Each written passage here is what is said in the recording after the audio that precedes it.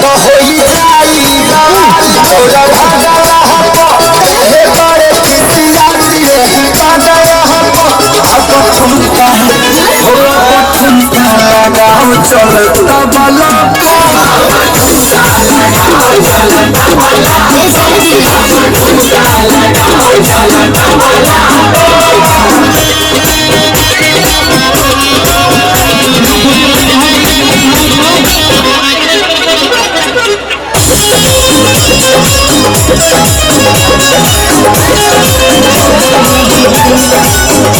आशीष दियागर जी जहाँ गए मंच के पास अगर